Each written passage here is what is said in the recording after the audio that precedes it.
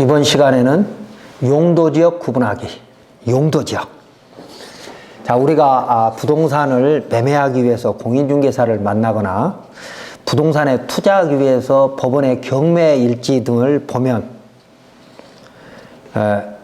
거기에 용도지역 같은 것들이 나옵니다. 그래서 우리는 공부를 보게 되죠. 우리가 토지의 가치를 평가하기 위해서, 투자 가치죠. 투자 가치를 평가하기 위해서 첫 번째 만나는 공부가 토지 이용계획 확인서입니다. 그리고 두 번째는 진입로가 있는지, 그 토지가 맹지는 아닌지, 이게 두 번째죠. 어떤 진입로가 사유인 경우에 그 사도는 원칙적으로 그 도로 소유자의 동의가 필요한 것이지만 건축법 도로가 되면 동의가 필요 없다 그랬죠. 그래서 건축법 도로인지 아닌지는 토지용계획 확인서에 표시가 되지만 2009년 8월 13일부터 이후만 표시가 되기 때문에 그 이전 것은 또 여러분이 알아서 확인해야 되는 것인데, 건축법 도로에 대해서는 다른 우리 유튜브 동영상에서 공부하시기로 하고 이번 시간은 용도지역만 공부해 보도록 하겠습니다. 자, 용도지역이 나와 있는 공부는 토지이용계획 확인서입니다. 자, 그림에 보시면 토지이용계획 확인서에는 크게 세 단락으로 나눠져 있습니다. 첫 번째 단락에는 소재 지번, 지목 면적이 나오고, 두 번째 단락에는 지역 지구 등에 대한 지정 여부가 나오고, 세 번째에는 확인 도면이 나옵니다. 자, 그런데 지역 지구 등 지정 여부는 다시 또 두 개로 나눠져 있어요. 국토계획법에 의한 지역 지구가 있고 다른 법령에 의한 지역 지구가 있습니다. 이 국토계획법에는 용도지역, 용도지구, 용도구역도 나오고요. 도시계획시설에 저촉됐는지 접한지 이런 내용도 나오고요. 혹시 여기가 지구단위 계획구역은 아닌지 이런 것들이 표시되고요. 성장관리지역은 아닌지 이런 것들이 표시되는 거죠. 그리고 그 밑에 다른 법령에 의한 지역지구 등에 대한 것은 국토계획법 외에도 용도지역이 119가지 법령에 의해서 300여 가지가 있습니다. 그래서 그런 것들이 여기에 표시가 되는데, 토지이용계획 확인서에 표시되는데, 그 규제 법률, 119가지 법률을 관리하는 중앙행정부처는 10군데입니다. 예를 들면 국토부, 환경부, 산림청, 문화체육부, 국방부, 농림수산식품부 이런 것들이죠. 그래서 이런 법에서는 그 법이 추구하고자 하는 목표를 달성하기 위해서 여러 가지 규제를 두는 것을 우리는 용도지역이라고 합니다. 그래서 그 법률마다 있는 용도지역의 제한을 우리는 받게 되는 거죠. 우선 토지이용규제기본법에 의하면 용도지역, 용도지구, 용도구역, 용도권역, 단지, 도시군 계획시설 등 명칭과 상관없이 개발행위 허가를 제한하거나 인허가를 받도록 하는 것이 119가지 다른 법령에 의해 300여 가지가 있는데, 우리는 이런 모든 걸 용도지역 제한 또는 용도지역이라고 하죠. 먼저 국토계획법에 의한 지역지구에 대해서 보면 국가 및 지자체는 국토의 효율적 이용을 찾기 위해서 국토 전부를 국토계획법으로 4가지 용도로 나눠놨죠. 그 그림에 보시면 도시지역, 관리지역, 농림지역, 자연환경보전지역으로 나누어 놓고, 그 다음에 용도구역을 5가지 용도구역을 정해놓고 또 10개, 또 세분하면 20개의 용도지구를 정해가지고 어떤 필지에는 용도지역, 용도지구, 용도구역이 다 있는 것도 있고 어떤 필지에는 용도지역만 있는 것도 있습니다. 그러니까 용도지역은 필수로 지정해야 되는 거고 용도지구와 용도구역은 선택인 거죠.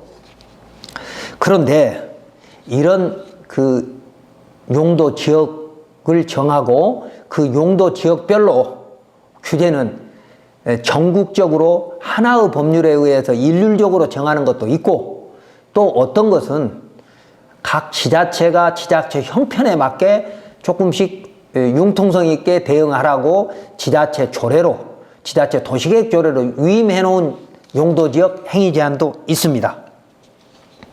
그래서 우리는 용도지역을 보면서 토지용계 확인서만 봐서는 안 되는 것이죠.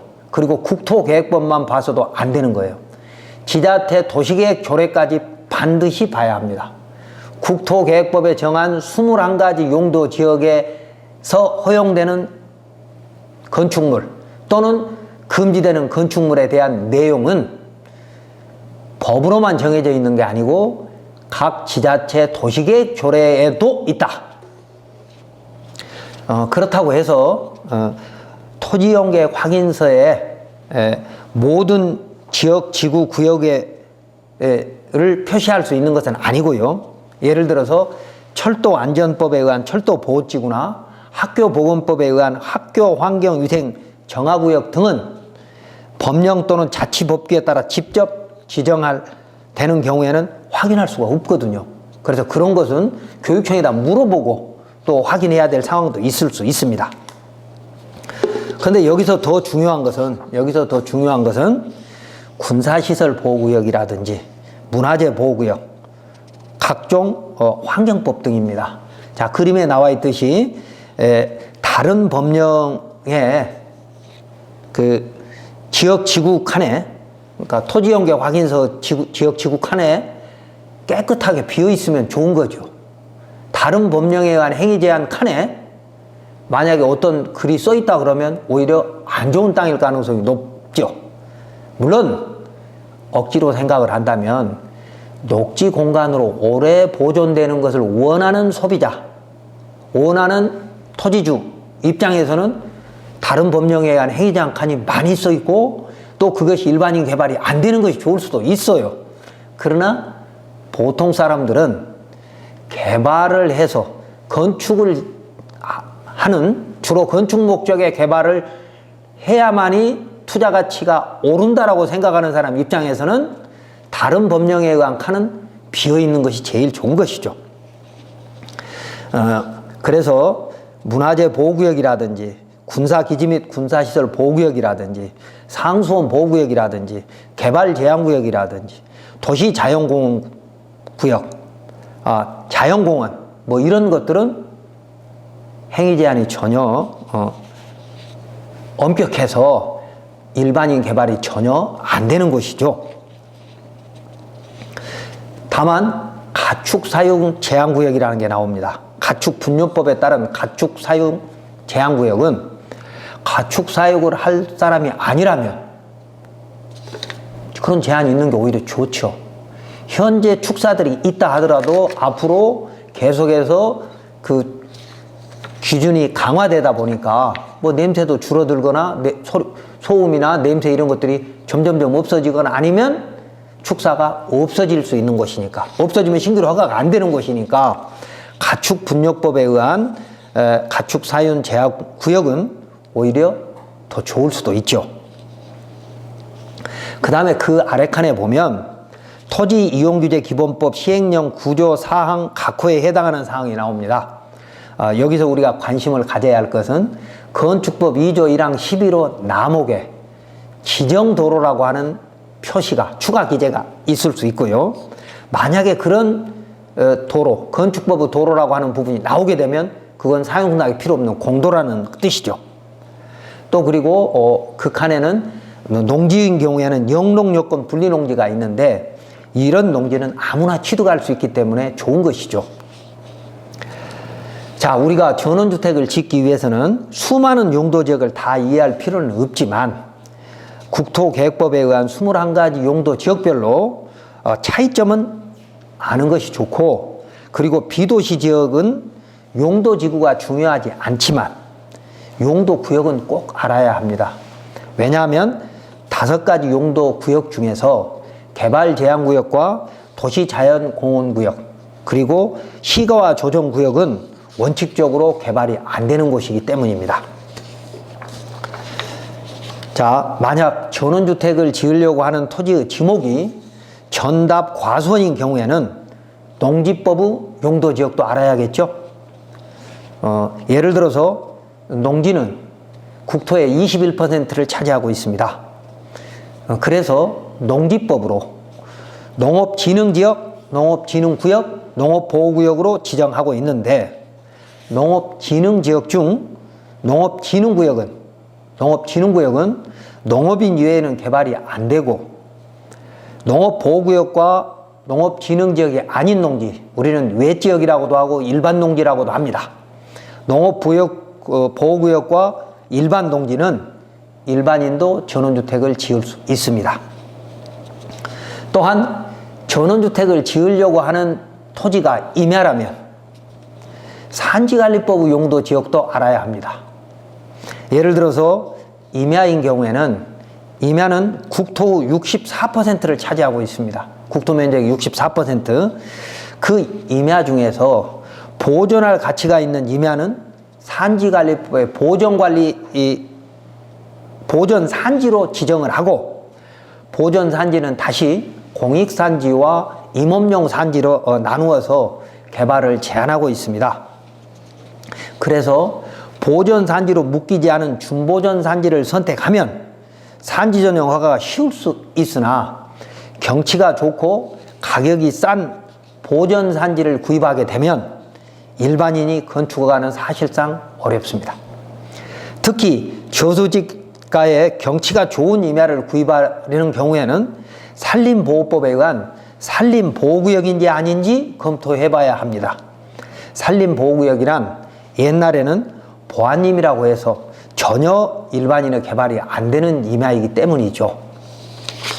자, 우리가 용도지역을 공부하는 이유는 국토계획법에 의한 21가지 용도지역도 공부를 해야 하지만, 그곳에는 보전녹지와 농림지역, 자연환경 보전지역만 아니면 일반인의 개발은 원칙적으로 된다라고 생각을 하시되, 반대로 그 밑칸에 다른 법령에 의한 용도지역 제한이 의외로 많다는 겁니다.